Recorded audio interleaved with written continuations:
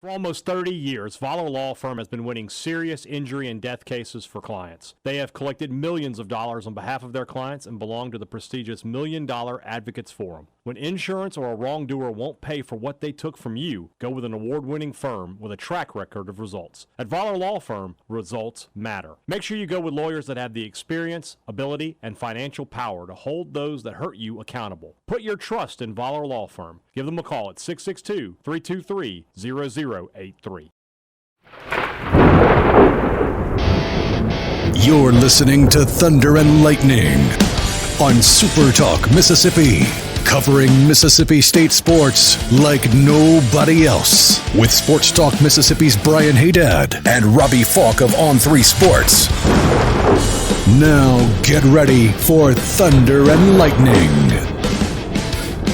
Thunder and Lightning here on Super Talk Mississippi. Brian Hadad and Robbie Faulk here with you on a Monday morning. Thanks for joining us here at supertalk.fm or wherever it is that you get podcasts from.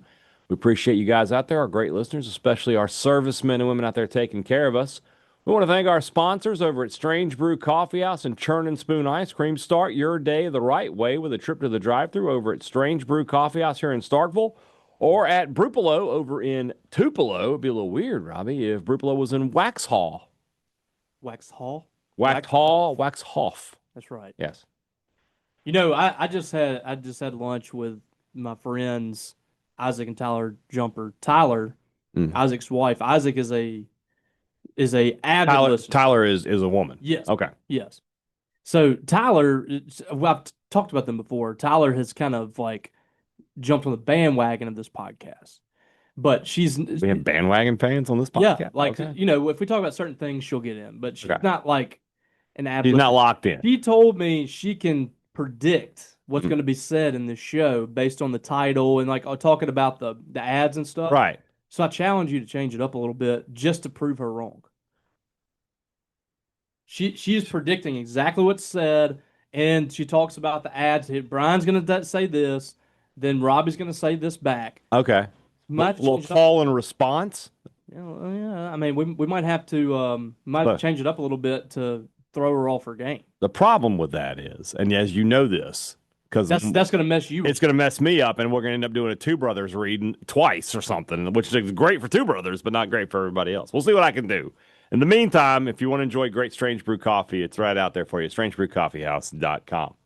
The Mississippi Beef Council wants to remind you that beef, it is what's for dinner. You were just telling me you enjoyed a fantastic tri-tip yesterday at your fantasy football draft. Yep. Our buddy Nathan Kelly, who'll ask a question for the Rumblings. An inane question. Yes. So we did breakfast this year or it was more like brunch. Mm-hmm. And Nathan did steak and eggs. We had some bacon, sausage. I brought some biscuits, some fruit. Mm. It was we had donuts. Go nuts. Kolaches. Ooh, we were locked and loaded yesterday, so that tri-tip was. That's something I miss about fantasy football. You know, I play in a league now, but it's just a Zoom draft. I do miss the old days of getting together and having the big. Well, we've got to get back on track. We had 6 there yesterday. We have 10 people now, and we had 6 yesterday. So what's going on there? We've got to get back on track. Yeah, I agree. It used to be an event. The food was great yesterday. The tri-tip was excellent. There you go. From L&M. In Louisville, by the way, if you've never been, you need to go. If you go to Louisville, there was a thread on 3 about local butcher shops. I'm telling you guys, these places are out there, and you can find some great cuts of beef. So go check them out. Beef, it's what's for dinner. Thanks to our friends at the Mississippi Beef Council. College Corner, collegecornerstore.com is the place to find the maroon and white merchandise that you are looking for. I tweeted it out earlier. They've put together basically a store within a store for you guys. It's the interlocking store. It's on my Twitter if you want to find it. Everything they've got interlocking, polos, T-shirts, hats, just a miscellaneous gear. If you're looking for interlocking gear, that's the place to get it at College Corner. 2 locations in the Jackson area, Ridgeland by Fleet Feet, Floyd by the Half Shell. You can shop online, collegecornerstore.com. Restaurant Tyler, Starkville's flagship restaurant for lunch, dinner, or Sunday brunch. The best meal in town is always going to be at Restaurant Tyler. I know right now downtown Starkville is a by the way, I got to tell you. So I wanted to drive up to campus today. I was going to try to run a longer distance than I've run before. I got about halfway through and I was like, it's too hot. Today was miserable. So this is how my morning went. I leave the house at like 7:50, And it occurred to me, I was like, wait a minute. I just saw the Chelsea starting lineup tweet. That's an hour before kick, always. Why is it? I thought the game was at 9. Nope, it was at 8. So I turned back around, went home, watched the game. I could have left. It was nothing. It was 0-0. So I was like, after the game, it's 10 o'clock. I'm like, all right, I'm going to try this again. That was my mistake. If I had gone at 8 like I originally, I think I could have done it. But anyway, long story short, I'm coming down Main Street, and you can only go one way. Nope. Somebody decided they were just going to use that lane and go the other way. Yeah. So I'm just sitting there at the four-way stop having to wait for them to get through the road. And it's like, guys, let's just be a little smarter. Let's just be a little smarter with how we're driving. Welcome to hell. Yeah. Anyway, long story short, I know it's a traffic nightmare at downtown around Restaurant Tyler, but that doesn't mean you don't need to go and support our local businesses. Not only Restaurant Tyler, but all of those great businesses down there in downtown. Work yourself out with the parking. It'll be okay. Find a place to park and then go enjoy a fantastic meal with our good friends at Restaurant Tyler. That's where I just came from. There you go. So if Robbie can make it work, you can too. 75% chance I will be at Restaurant Tyler on Sunday afternoons after church. It's right by my church. That's a high percentage. I was thinking about it today. I was like, do I go here 50% of the time, or would it be higher? And I think it might be. But is it not 66 2/3 repeating percent of eating at Restaurant Tyler at sacrifice? Did you hear Braun Breaker's Steiner math the other day? Yes. Whenever 47 years. You're like 100 you're like 40 years old, and you're like 47. You're basically both combined 100 years old. Steiner math. It never fails. Love it. They don't use Steiner math at Priority One Bank. Oh. Thank goodness for that. Otherwise, if the interest rates were 33 1/3 repeating percent, that might be a problem. But what they do at Priority One Bank is provide a different kind of service, a level of service you're not going to get at every bank. All right? Everybody knows about your money. Who knows you, the person, the customer? That's what you get at Priority One Bank. 16 locations in Central Mississippi. Means if you live in Central Mississippi, you live near one. Let Priority One Bank make you their priority. You talked about the downtown stuff, and I think it's going to be really nice. It's going to be great when we get there, but the process is going to be painful. It sucks right now, and so does 182. But when we get through this, I think Starkville is going to be really, really cool. Downtown all the way into the Cotton District. Some really exciting news coming pretty soon, I believe, maybe even on Monday. Expecting at some point an announcement on a new, really nice upscale hotel right in the middle of the Cotton District. We are expecting at some point that Grant Library thing coming to fruition. Yeah. Just a lot of cool stuff happening in Starkville, and really kind of connecting the university and Starkville as a whole. I think it's going to be really exciting for the I agree. It's going to be awesome. All right, we got some good stuff on today's show. We've got an interview just a little later for an opponent preview about Northern Illinois. But we've also got Jeff Lebby's press conference interview from this past Saturday when he spoke to the media after the second scrimmage. Second scrimmage, kind of second verse, same as the first, where we're hearing that the defense once again has been good. I don't know. Were they intentional?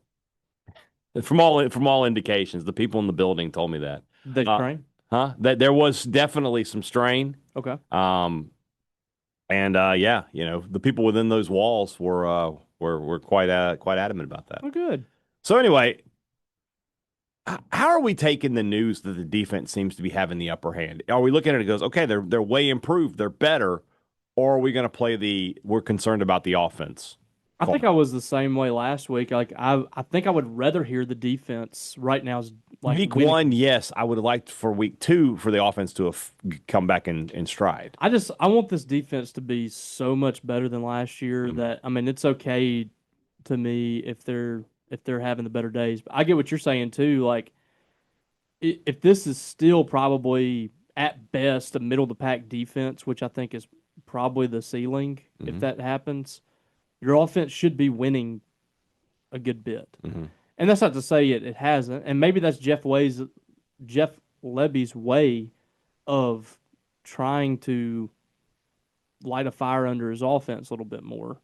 I don't know. Coaches sometimes have the ability to do that. I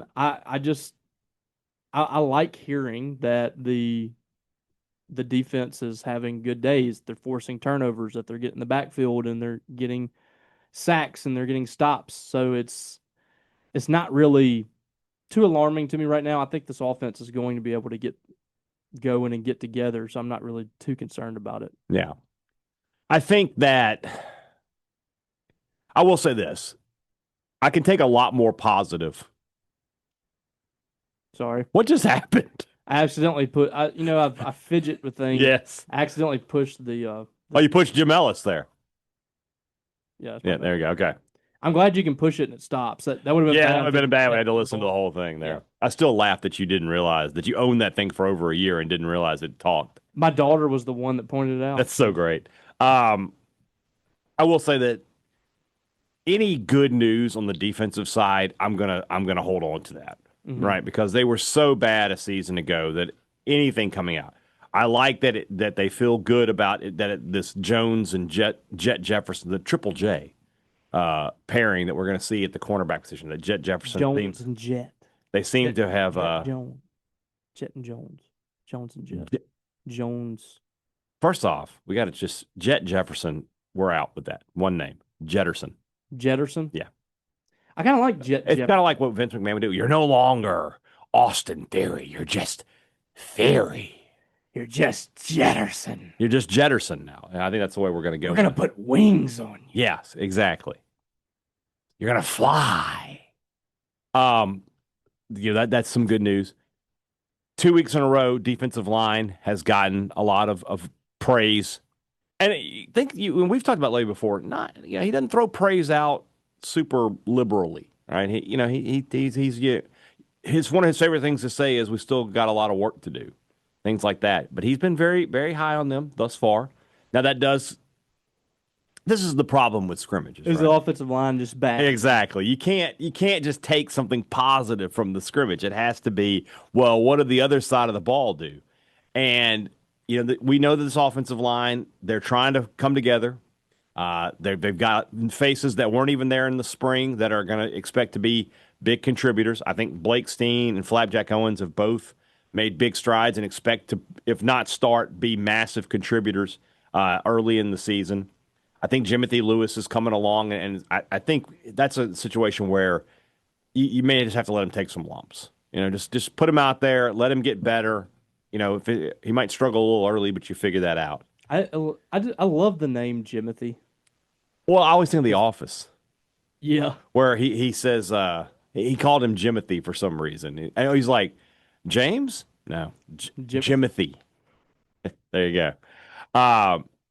And by the end of but if he's really good, he's just going to become Himothy. Yes. That's where that's headed. Yes.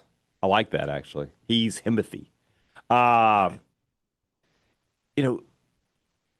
The offensive good news kind of feels more sporadic, but the defensive good news has been 2 weeks in a row of, they've been good. And I said, I don't really know which way to take it. I feel like Lebby, in the times we've talked to him this preseason camp, the confidence seems to be there. He doesn't seem like a coach who is trying to tell us to brace ourselves for a long season. He doesn't sound like a coach who doesn't think they can reach some goals this year. But at the same time, I would love to have one day where he comes in and goes, man, offensively we're just clicking today. Shaping the ball was good. We were throwing the ball well. We moved the ball on the ground. Had some explosive plays. I would like to have one practice like that where he comes out and he says that. Wouldn't we all? I mean, I just don't think you're going to get anything as far as like him heaping praise or talking down on a certain group. Mm-hmm. Like, it's just not how he is. So it's like we said last week. We were talking about the reaction to it, or the videos that were coming out and people were taking away different things. You can take away whatever you want to from a scrimmage. Mm-hmm. Like, if you want the defense to be bad, you can say the defense was bad, or vice versa. If you want something to be good, then you can find something that would agree with your point. But at the end of the day, until we actually see for ourselves, I mean, it's all kind of just guessing for us right now. Like it is. It really is kind of a shot in the dark right now on what this team will look like in 2025. So I am just anxiously awaiting August 30th and seeing Mississippi State against another team and seeing how they adjust throughout a game and things aren't, because here's another thing. Scrimmages are often scripted. That you're trying different things and it's not like you're doing things on the fly all the time. So, there's a lot of things that this team's going to have to do that's reactionary. And how often have they done that to this point? I don't know. And that goes for everybody. Mississippi State's not the only team dealing with that, but I'm just saying I don't know how much we can truly gauge from just talking to Jeff Lebby. We talked to our sources on stuff, and we get a little bit on what's going on. I think Paul put up some notes yesterday. If you guys want to go check that out on Murray White Daily, just a few notes here and there. That it's so closed off, it's hard to get it. But there's just not much that. I mean, Jeff Lebby could come in there and just straight up lie to us. I'm not saying that's true. Like, he could come in and say the offense was absolutely putrid, and they were actually pretty good. That's my word. I would call him out on that if he said that. So, like, we're at the point now where you're claiming everything. Like, nobody can use anything. Here's what I've determined. We can't use the elbow drop. We can't use butt still. And now we can't use putrid. And what else do we have? I mean, that's how you have Nobody can grill. No. You can grill. Other people can grill. I didn't invent that. I didn't, Did you invent the Macho Man elbow? I invented using it as a way of saying, wow, you really got them there. I doubt it. Can you prove otherwise? No, I can't. Well, then I guess we just have to go with. Have you not looked around America today? You just say stuff and it happens. It is what it is. No one questions you. Say whatever you want out there. Okay, I created the internet. I guess so. I didn't know that about you, but Robbie Faulk. Can I get my royalties? There you go. What's with that internet money, buddy? I mean, no, you don't get anything. It's my truth. Well, I mean, you're welcome to try. I would encourage it. I'm sure our friends at the Voller Law Firm would love to take your business. I'm gonna get Austin to take me to. We're gonna go to court. We're gonna sue the NCAA. Just sue you in England. I don't know what I'm suing them about, but I'm going to sue them and I'm going to win. You're going to win. Well, I mean, nobody. Hey, I want 4 years of eligibility. You got it. Can you give me 4 years of eligibility? Done. I went to junior college for 2 years. 6 years. Good. Done. Can't play anything, but yeah, you're fine. Let's hear from Coach Lebby now. Jeff Lebby talked to the media on Saturday after the scrimmage in the Steve Golding and family media room. A couple of really handsome questions in there. I'm sure you'll look forward to hearing those. What do you think the Goldings think of they're like overseeing the media? I think it was done. I think it was done purposefully. Do you think that they were? I think our guy Austin was like, "This is for Hadad. This is for Hadad and Faulk." He just tried to class it up a little bit. Yeah. They have an entrance to the stadium too, so they're doing okay. Yeah. Anyway. Jeff Lebby, after Saturday's scrimmage, here's what he had to say. Coach, what changes for you guys from scrimmage 1 to scrimmage 2? I mean, is the play calling different? Or are you expecting more from them as camp kind of ramps up? Yeah, I mean, the installs have continued to build as we've moved through camp, right? So the call sheet today was different, both sides of the ball, than it was last week. And so I think that's natural. Again, for our guys, we're trying to create some stress for them, make it as hard as we can right now in the moment so that when we get to game plan, they're able to dial into that, and it streamlines it, and it makes it easier. When we started this camp, I asked you about retention. I would imagine at this point it's more about progression. Do you see the progression from week 1 to week 2 that you're wanting to see? Yeah, you do with a bunch of the guys. Sitting in the chair that I'm sitting in, you want more. You constantly want more. That's not ever going to change. And so the stress is regardless of who's out there, whether it's the ones, the twos, the threes, whoever it is, the stress is, being able to execute. And so there's been this great amount of growth for a bunch of guys, and there's a bunch of guys that got to get a heck of a lot better. And so that's where the strain is. I think that's part of coaching. That's part of leading and trying to find ways to get the most out of them every single day and get these guys where they need to be. Before watching the film and breaking all that down, what caught your attention today? What stood out? Yeah, I think, again, defensively, we had great energy, made some huge plays in some short yardage situations where we were able to get off the field defensively to end a couple of drives early in the scrimmage, and that created real momentum, which, again, I thought was great to see. So I thought the energy, the toughness, the attitude, and the edge man, we're getting close to where we want to be from that standpoint. We got to continue to play cleaner and play better and create depth. But the mentality and the edge right now, I'm proud of where our guys are defensively. There's been a lot of talk about the depth that you've added on the defensive line, but you added a lot of experience in terms of snaps on the back end as well with the safeties. Are you seeing kind of complementary skill sets there as you're evaluating who's going to play what role? Yeah, absolutely. A guy like J-Man who's come in and he's played a bunch of ball. He's been very productive. He's going to have a great year for us and excited about who he is and where he's at right now as he's fitting into it. You know, between the portal and some of your freshmen, a couple of JUCO guys, you had a bunch of people who weren't here for the spring. Do you feel like those guys are about as up to speed as they can be at this point? Yeah, it's a race, man. Like those guys that have now practiced with us 13 times, they've got to get every rep, they've got to get every walk, they got to get every minute of every day to be ready to roll and play the way we need to go play on August 30th. And so the process for those guys has been sped up. But again, we got a bunch of new offensive linemen that we've got to come together as a unit there. I think physically we have the bodies. We've got to continue to come together inside that room to go be able to play 7, 8 guys and play winning football.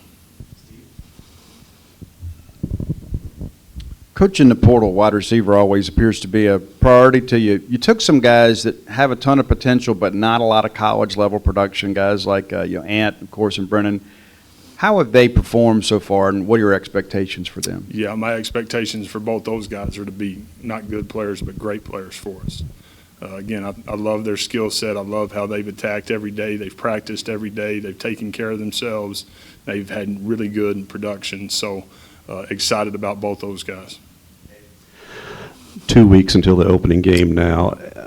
At what point do you start moving from the installation, the cleaning up installation, to it's time to finalize things and then start working towards the first opponent and, for that matter, the first month of the season? Yeah, tomorrow will really be a day as we're in the office to dial in on depth charts and from a special team standpoint, hey, these are the guys that are going to be on the bus. This is exactly where we're going to end up.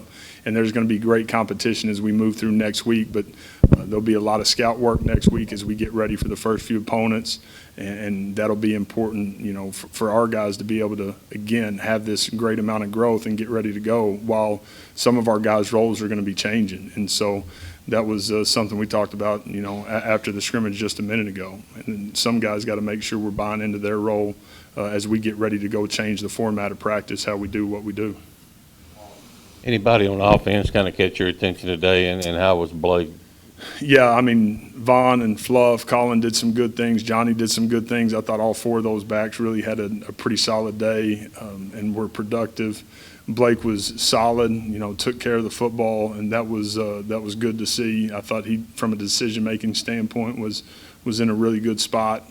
And then the other 2 guys, with Luke and Camario, both those guys had solid days. And again, it's all about the ball, man, taking care of the rock, and those guys did that today. We had 1 fumble on an exchange that was an issue, and outside of that, we were much cleaner there, which we needed to be. I asked you last week if any guys on both sides of the line had started to separate themselves, and you said let you get through another scrimmage and 2 weeks of camp, and you might name some names. Or are there a couple guys that have kind of separated themselves over there? Yeah, I think on the D-line, when you think about it, whether it's Will Whitson, new guys, right, and Will Whitson and Jure, Jamil, as those new guys have gotten in, they've done a really nice job for us. And you think about Deontay and Bam Bam and Dink and B-Jen and Malik Silla. Malik's the only new one of those guys that I just named, but again, guys that I feel like can go play winning football for us. So, man, at that position, you got to play multiple guys. And I think that's, again, I've said it, that's probably what I'm most excited about, is feeling as if we've got a chance to have maybe 9, 10 guys to go play winning football with. And that's where there's been this great amount of growth. And again, we're not anywhere close to where we need to be, but that's going to give us a chance. Coach, kind of back to the roster composition as you move forward. Every young player comes in here thinking they're going to start and win the Heisman. When you begin to transition from competition role to kind of scout team role, how do you communicate that to the player to continue to get the buy-in from them you need? Yeah, through conversation and meeting with those guys. And again, it's coming from me every single day, man. Everybody on our football team inside that locker room, inside our building has a role. Buy into that role, embrace the role, and become the best version of yourself you can possibly be. And to me, that's life, and that's the real world. And so if I can get guys to buy into just doing that every day, one, they're going to practice the way we need them to practice. They're going to have great energy and appreciation for their opportunity. And so we're stressing that nonstop, but it's through conversation and time. Related to Steve's question, the first thing you said on signing day last December was you improved the team depth. You repeated that in spring. Can we fully appreciate how much practice has changed this preseason that you actually have depth to practice with and a viable scout team? Yeah, I mean, again, today we were over 110 snaps, which was really, really good. I'm not certain, but I want to say last year's second scrimmage we were right around 80 to 85. And it was 1,000% because of bodies. And so, again, we're gonna go practice the way we need to practice just to give ourselves, a chance. And that's gonna be big for us. Jordan and Blake both told us Thursday that how disappointed they were about how the offense looked in that first scrimmage. Did you see from the veterans how they really took ownership of that and wanted to make it better this time? Yeah, I think with our guys offensively, there's incredible accountability, and there's been leadership in that room, and now it's a game of doing. It always will be, and that's going to be forever the thing for us. Game of execution, game of doing, and our guys feel that they understand that, and that's something that they've continued to preach and will continue to preach as we get closer. You can set. It's okay. Don't worry about it. I get so nervous when I hear that. When I hear that recording is begun, it makes me nervous. Yeah. So you hear from Lebby there, and again, that sound like Lebby there again. Again, I thought something that I found interesting is that this year he seems more willing to name players. He talked about all the defensive linemen he thought were playing well. He talked about some of the offensive linemen he thought were playing well. I feel like he is trying to. It's so tough to read him. I would not want to play poker with Jeff Lebby, but I feel like the read I'm getting is this team can be the best version of itself. Does that make sense? Where well, he just feels like a little more comfortable. I think so. I think he does, and that's good though. That's him having confidence in his team, having confidence in what he's seeing out there on the practice field. I feel like the messaging that he would give, which is subtle, but it would lean more towards, we got a lot of work to do. We're not anywhere near where we need to be. Which every coach is saying. They say that, but he's saying it less this year than he was last year. So yeah. I'm gonna take that as a positive. Yeah, I think so. I have gotten a different vibe about him this year. I can't really, put my finger on it, but I listened to the interview you had with him last week. I thought he was pretty upfront and honest in it. I thought he had some good thoughts in there, and he was wearing maroon, which you and I have pointed out doesn't happen very often. He is a white and black shirt guy. Yeah. You didn't hear any of that, but that's fine. You said about the maroon shirt, the Jeff Lebby wear maroon challenge. Can you at least pretend like you're listening? He's a white or black shirt guy. Okay, can you pretend like can we bounce? I am listening. Can we bring our personality? This is the thing. All right, hold on. Everybody says that I talk over you and you talk over me, so I'm letting you talk. Mm-hmm. Oh, you son of that's my thing. I have Macho Man elbow gifs. I have but still. I have putrid, and I have So you can't do that. Those four things that are mine. Get your own shtick, buddy. Well, I'm just giving you a little bit of taste of your own medicine. I was listening. You were talking about the Jeff Lebby, because I texted you right after the interview, and I was.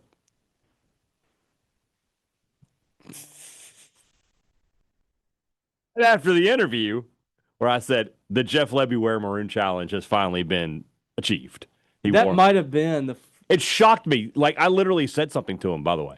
Like, he comes up on screen. First thing I said, he's at his desk, and he's got all these, like, Adidas shoes. I was like, that's a pretty cool collection you got back there. And he's like, oh, thank you. And then I went, wait a minute. And he looks at me. I'm like, you're wearing maroon. And he goes, yeah. I was like, all right, me and Robbie have this thing called the Jeff Lebby Wear Maroon Challenge because you don't ever wear maroon. It's like you're always wearing a white shirt or a black shirt. He's like, oh, yeah, I went and spoke to the band today. I was like, well, there you go. So the band, the famous maroon band. The famous maroon band. So I actually let Lebby in on our little inside joke there, our little bit. It really is interesting. But no, I thought he was very upfront and honest in that interview. And I thought last time you talked to him, too, on the SEC Media Days episode was good. Yeah. He is. Maybe I just bring out the best in him. I don't know. He might. I don't know. But I think he's doing that more and more. I think he is opening up a little bit, and that's what people want. They want to get to know their coach. And honestly, like I just think that's who Lebby is. Like I just think he's kind of like just a laid back personality. Yeah, I agree. I don't think that he's not being genuine. Mm-hmm. I actually think he's one of the more genuine coaches Mississippi State's had. Mm-hmm. And quite frankly, they've had probably 3 or 4 in a row. Mm-hmm. If you want to think of it that way. I mean, all those Leach guys was super genuine. Obviously, he'd tell you whatever he was. And Moorhead was very much. And here's the thing: Arnett was until he became the head coach. And then he was like, the defensive coordinator. I'll tell you exactly what was on his mind. And then he was too worried about what he had some of the wrong people in his ear. I don't think Lebby's like worried about that. No, I don't either. So yeah, I thought it was good. I thought the repressor was fine. He's starting to come around, and he does have confidence in this team. I agree. And that confidence is great. It's great to have confidence in your players and to show that to them, but until we see them on the field, we just don't know. He can have that confidence. Yeah. We can't have that confidence. Correct. I did ask him. I told him it was like it was a little bit of ours. He's like, oh, do you have any other bits? He asked if we had bits. And I said, no, not really. He's like, oh, really? You don't have any other bits? So did he really? No, he didn't really ask if we had any other bits. Everybody has bits. That's like Hevesy when you had to you were put on the Niblet sabotaged me. Just straight up was like, hey, that one of these guys does an impression of you. And then hits Niblet or Hevesy gets to the podium. All right, here one of you does an impression of me. Let me hear it. I was just like, he wasn't very happy about crap. Yeah, he wasn't. Every single person turned around and looked at you like. And I was like, well, I guess I gotta go, and I did it, and he didn't think it was very good, which is crap because it's spot on. He didn't think it was very good because he didn't like what you said. Exactly. Just talking about pumping your hips. It'll be all right. Pump your hips. Stay low. Get out of here. All right. Anyway. Kyle Niblet just sandbagged me right there. That son of a gun. That's the Kyle Niblet way. That's the Kyle Niblet way. You're absolutely correct. Yeah, he made fun of you, Coach. Get him. Kyle Niblet is the Vince McMahon of sports information directors. All right, let's move into the rest of the show. That's brought to you by our friends over at Two Brothers Smoked Meats in the heart of the Cotton District, the place to find the smoked Southern soul food. You all right there? I'm just doing a little thing in my hand. I can't, I'm always doing something. Are we wolf pack? Are we hook 'em? What are we doing here? No, whatever this is. That's a Hang 10, isn't it? This is a Samoa Joe thing, Yeah. This is Jimmy the Superfly Snook Up.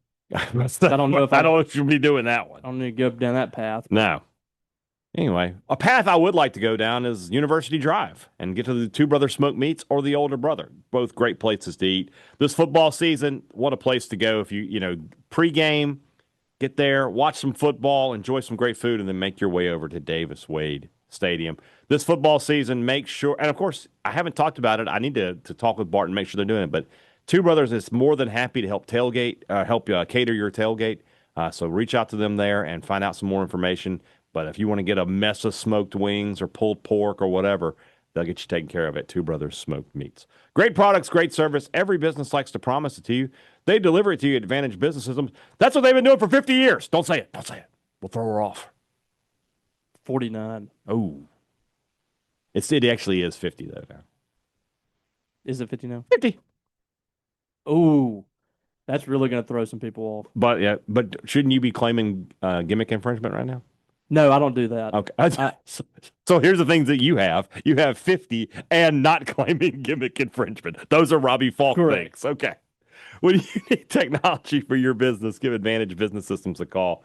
If you need a new copier, new printer, new laptops, whatever it is, the number to know is Advantage Business Systems, because not only do you get the product that you're looking for, but you get the kind of service that you're only going to find at Advantage Business Systems. They're a Mississippi business just like you. It means that when you have a problem, they can take care of it quickly, a lot of times the exact same day. 601-362-9192 or visit them online, absms.com. Find out how Advantage Business Systems will help your business do business. I think we got another tweet this week, did we not, from someone who took advantage of Thunder 15? Yes. At Maroon & Co. And splurged on interlocking. Guys, you're looking for new gear. You want to show off that you are an interlocking fan. Hey, you know what? I don't even really care. If you're a State Script fan, if you're an M/S fan, hell, if you're a Banner M fan, if you're one of those people, that's fine. Because everything I just mentioned, they have in spades over at Maroon & Co. Starkville's biggest and best selection of Mississippi State merchandise, everything under one roof. Or you can use the website, maroonandco.com. Our promo code works at either. Thunder 15 takes 15% off regular price. If you're going to be in Starkville before you go to Davis Wade, you need to go to Maroon & Co. It's very hot outside. Oh, my God. It's a scorcher. It has not been very hot summer. Well, Jeff Lebby's gotten his wish. He wanted it hotter. Yesterday was. This week is hot, so maybe that's what he wanted. That's what he's going to get. But if you're somebody who has to work out in the yard, you want to get done quickly, you need some John Deere power, and our friends at Scruggs will put that with you. Go check out the great selection of John Deere mowers, tractors, gators, everything John Deere green under one roof. Whatever you're doing around the house this weekend, if you've got projects, repair projects, if you're out in the garden, if you're out in the yard, if you're cooking out, wherever you're going to be, whatever you're going to do, Scruggs has something for you. So go check them out. Saltillo, Mississippi, Scruggs, they have what you want for less. All right, little opponent preview time. And Northern Illinois, a team that this is a perfect storm, isn't it? This is a Northern Illinois, a MAC team that went to Notre Dame last year and pulled off an upset. And then the other side of the coin, a Mississippi State, an SEC team that let a MAC team come here and upset them a season ago. So that's, I think, going to be a confident bunch. And then took a couple of their players. Which I asked. 3 of their players. I did ask about that. So we'll talk about that. We're going to be joined now by Skylar Casellas. He is a student reporter for the Northern Star. That's their student paper up there. I would like to preach a little patience with our young friend here. You know, young guy, student reporter. You're going to hear some R and we in there. And that, when you try to, I think you guys both know what side of the fence Robbie and I sit on. But when we talk about Mississippi State, we try to do so in a manner that we're not we and our. Skylar's still learning the ropes, but I thought he gave a great interview. So let's go to that now. Skylar Casellas covering Northern Illinois for the Northern Star. All of our interviews here on Thunder and Lightning are brought to you by our friends over at Allura Modern Wellness. I didn't make my trip over there. I need to do that because I'm just sore. I'm just sore. My bones pop. My daughter asked me today, I said something about my back was hurting. She was like, do you need to go to the doctor? And I was like, no. Well, do you know why your back's hurting? Yeah. I'm old. Yeah, I don't think that teenagers grasp. They don't grasp when it's coming. When you cross the 30-year-old, especially as a man, you're gonna hurt. So it's all about recovery and it's about feeling the best you can. That's what that's where they step in Allura Modern Wellness. Heat, cold, relaxation, stretch. They've got everything under one roof that gets you feeling better. From the time you walk in the door to the time you walk out the door to Allura Modern Wellness, you're going to feel a hell of a lot better. Go see our friends over there. Use our website, alluramodernwellness.com. You can book all of your services there, find out all the information you want. When you want to feel better, make a trip to Allura Modern Wellness. They bring you this interview with Skylar Casellas of the Northern Star. Only a couple of weeks left before we're playing real football and we can get out of previews and start talking about matchups and things like that. But we are still here. Northern Illinois is the team on the docket today. Skylar Casellas from the Northern Star covers the Huskies up there. And my first question is we got to look back at last season. Obviously, the historic win over Notre Dame is what stands out. Northern Illinois follows that up the next week with a loss to Buffalo. And it just makes me wonder, why didn't this team take off from that win and become, a top 25 team, maybe even a team that challenged for a playoff berth? Is it just because there's so much parity in the MAC, or was that just catching lightning in a bottle there at Notre Dame Stadium? I mean, I guess you could make the argument it was a little bit of both. I mean, you make the point that there is a lot of parity in the MAC no matter the season. It's just a tough conference to be in and be associated with. And as far as just, what happened in that Buffalo game, I think it was a mixture of a lot of elements. I mean, I wouldn't say the Notre Dame win was totally lightning in the bottle, but obviously everything that needed to go right went right that game. And after that, I think they just team just maybe a bit got in their own heads, maybe just got a bit complacent, and it's just a lot of self-inflicted errors there. And that was a common trend for a lot of our losses. Toledo lost on homecoming, lost on the road at Ball States. It's just like one of the biggest things this team is able to do is like they can pull off the improbable, but they can also shoot themselves in the foot. So I mean, it's a bit of a double-edged sword, I guess is the best way to put it. When you look at this particular matchup, it's very interesting because, as we mentioned, Northern Illinois goes to Notre Dame, one of the biggest upsets of the year. Mississippi State had a MAC team come to Starkville last year, and they lost to Toledo. And not only did they lose to them, that was an embarrassing loss. Toledo absolutely dominated the game. I have to feel like Northern Illinois will be very confident when they make the trip to Starkville in the middle of September. I mean, and I think there is justification for that. Obviously, Toledo going into Starkville and just, laying down a beating on the Bulldogs right there. But with the case with this team, it's like this is not the same team as last year. A lot of overhaul of your starters. I mean, I think they only bring back 4 or 5 starters total on the entire across all 3 phases of the game. So I mean, you can't run in with too much confidence because obviously you have to gauge how this team is going to perform in that week 1 game and week 2 against Maryland as well. But knowing like seeing that you're able to keep up with Toledo last year and that the talent hasn't been too much of a drop off. Hammock said at the NIU Media Day the other day that this team is very much more talented than last year's. Not as deep, but still you have the talent there. So I think they can go in with confidence, but also some healthy skepticism, I think is what is a must when you go into Starkville. Yeah, I think that's very fair. And the same thing applies on this side of the game as well. That Mississippi State, after last season, it's going to be difficult to call anything a gimme game. Normally a MAC team comes to an SEC school, you think, well, that's probably going to be a pretty easy win. You can't feel like that if you're a Mississippi State fan. Talk me through this Northern Illinois team just a little bit, because it's obviously, it's not one that I'm overly familiar with. I look at the depth chart and there's not a lot of names that I know right off the top of my head. Who are the standouts Huskies for this upcoming year? Well, looking on the offense, I mean, you have a lot of overhaul on that side of the ball. Brand new coordinator, a lot of new position coaches there, as well as basically no offensive line, new receivers, and a new starting quarterback this year. Our starter last year, Ethan Hampton, transferred to Illinois. So right now, while it's not official who the starter is going to be, it's looking like it's going to be Josh Holst, who we saw start in the famous Idaho Potato Bowl. A lot more of a mobile quarterback than Hampton, and he's about as experienced in the system as Hampton was when he took over last year. So I think we're going to see a bit of an upgrade in that department. But I think the real stars of the shows are going to be the star of the show is going to be the running backs, and lean the way there after losing Ontario Brown and Gavin Williams, both very talented backs. Telly Johnson Jr., he was a true freshman last year. I think he ran for about 500 yards and 4 touchdowns, if memory serves. But he looks like he's going to be our top guy. And then behind him, you have guys like Jalen Poe, Chavon Wright, who we got from Charleston, who follows our OC, Quinn Sanders, who was the head coach over there. And then Romello Ware. I mean, this is a very deep backfield that Hammock has praised up and down. Receivers, we lose all 3 of our starters from last year, but we get some transfers, a lot of speedy guys. And with the scheme that our new OC is putting in, I think we're going to see a lot more passing than we've seen previous years, but it's also going to be a pretty balanced offense. I don't see NIU shifting away from the run game there. So expect to see a lot of carries this season, especially in the Mississippi State game. Then on the defensive side of the ball, a lot of turnover there as well. Lose most of your defensive line, your linebackers, corners, secondary, pretty much gutted.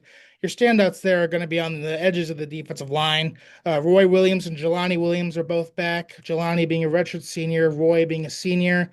That is going to be a fearsome duo on the end there. And then when you kick inside, you have new guys. Looks like the transfers, Alvin Goley Jr. and Deshaun Dixon, are going to be taking up the spots on defensive tackle.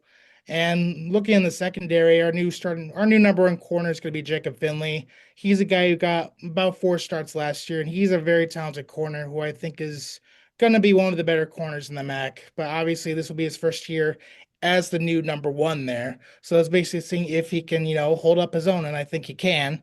At safety, although you lose Nate Valcarcel, Santana Banner, and Jordan Hansen, you have very experienced guys in there. Muhammad Jameh is back. He looks like he's going to be taking the starting strong safety role. Cyrus McGarrell, another 5th-year senior, along with Jameh. He could be in the rotational guy as a free safety because we get Jasper Beeler from Division II, I believe. So he's going to be the new free safety. So defense, I think, has the stronger players like individually, but I think overall the strong unit we're going to see is the offense because it's going to be a lot more fast paced, a lot more of an itch to score than maybe in years past. I would be remiss if I didn't ask you, speaking of transfers, about 2 transfers from Northern Illinois who are out here in Starkville this season. What is Mississippi State getting with Rasheem Thomas and Nevaeh Sanders? I mean, with those 2 guys, you're getting a lot of experience there. I believe both of those guys were here about 3 years, if I remember right. Rasheem Thomas, he was one of the top tacklers in the FBS, I believe, in 2023. And we missed most of him from last season due to the injury, but when he was on the field, he was definitely an impact. But with guys like Jelani Roy here, I mean, it's hard to take too much time away from them. But you're getting a very experienced and a very talented pass rusher with Rasheem Thomas, and then Nevaeh Sanders. He was more of a third down pass rusher, if I can remember right. Good rotational piece to have, and he definitely was able to make an impact here. So it's a good asset for you guys on the defensive line for both of those guys. When we look ahead to this game, obviously for Mississippi State, it's coming off of an FCS week. I feel like State is always going to be on high alert, at least for like the next year or two, for any of these games. After what happened last year, you just, like I said, you just can't take anything for granted. From the Northern Illinois perspective, like we mentioned, they should come down here with a lot of confidence. Obviously, it's going to take a great game from Northern Illinois. Mississippi State will have to make some mistakes. That's just the nature of college football here. But when you think about this game, is this a game where Northern Illinois could make it 2 years in a row where a MAC team comes to Starkville and pulls off an upset? I mean, I think it's possible. I mean, with this team, I mean, it's been talked about at least here. Like, we're undefeated against Notre Dame, we're undefeated against Alabama, and we've gotten these boneyard wins, as they put it.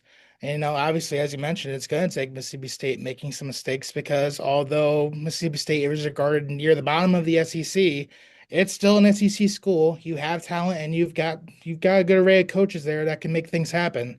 So if NIU wants, pull out and walk away from Starkville with their 13th, I believe, boneyard win, they've got to, play some mistake-free football. You can't have, a slow start with your offense, and your defense can't, have any growing pains or adjusting pains. You gotta play clean, and that's what we did at Notre Dame. That's what you have to do at Mississippi State.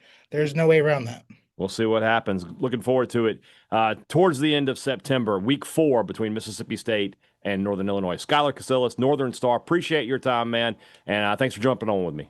Yep, thank you.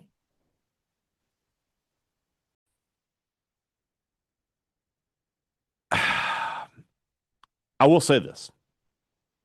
If State handles Southern Mississippi easily, then any worries I have about this game go away. But that game is close. I'm going to be stretching this game until the end of it. Yeah. It's just that simple. Again, like the first 2 games are just so massive for Mississippi State. I mean, I can just picture us coming in here and State's like 1-1 or something. And just like it just feels like you're kind of like stuck in purgatory. They'd be 2-1. They will play. I'm just talking about like after the Arizona. Yeah, okay, I got after the first 2 games, like I can just picture it. And then you have to worry about you can be able to take care of Northern Illinois. I mean, I do think that the first 2 games are going to tell us so much about this team. But you're right. If they lose that game to Southern or if it's close, that's not a team I want to play. I mean, they're usually solid. Last year, they beat the team that played for a national championship. They have a coach that is, viral. He's a guy that everybody's pulling for. He had a nice clip the other day about NIL and stuff like that. And so, they're kind of like, they're not America's team, but a lot of people around the country are going to be pulling for them in that game against Mississippi State. Because they're underdogs, they're facing the SEC team on the road. They got a good story with this coach. Mississippi State took a few of their players. That it's a game that you need to come out and handle business. I think they will, but you won't feel great about it if State doesn't take care of business in Hattiesburg. That's for sure. Yeah, no doubt about it. Because that's a program they've been better than Southern Miss. Yeah. So, all right, we need to get another opponent preview down us this week. We'll get Arizona State, and we'll talk about them later this week. All right. Tomorrow's show, who knows? Who even knows what we're going to talk about? We'll figure it out. Whatever floats our boat. Exactly. We'll find some more things that Robbie and I can claim ownership of. Yeah, well, I mean, I don't own many things. I don't even own my house. Well, so like we say we own stuff, Mhm. but do we really own it in America? I mean, yeah. I'm having to for the next 28 years pay for this house or something. So Yeah. I don't claim. Who was the ownership guy? as much. Who was the guy on the message board one time said if you rent an apartment, you're basically homeless? Was that the guy during that COVID Humuckle? was it the guy during COVID Yeah. that was like laughing at the pores? Yeah, that's him. That was Kim 1970 Okay. on Gene's page. Yeah. Yeah, he said a lot of things like that. I thought it was and then Humuckle who was like, if you. No, it was him. And then Okay. if you ever kind of got smart with him back, he would send you a long message and it'd be very passive aggressive and things like that. So Nobody sends me long messages. Of course, I don't really moderate a message board anymore. well, but I get them all the time, buddy. I had no problem publishing messages though. It's like, look at this idiot sent me. So yeah, I get them all the time. yeah, I know you do. All right, we'll talk tomorrow. For Robbie Faulk, I'm Brian Hadad. Thanks for listening to Thunder and Lightning here on Super Talk, Mississippi. The mouse stuck. That's why it's taking so long.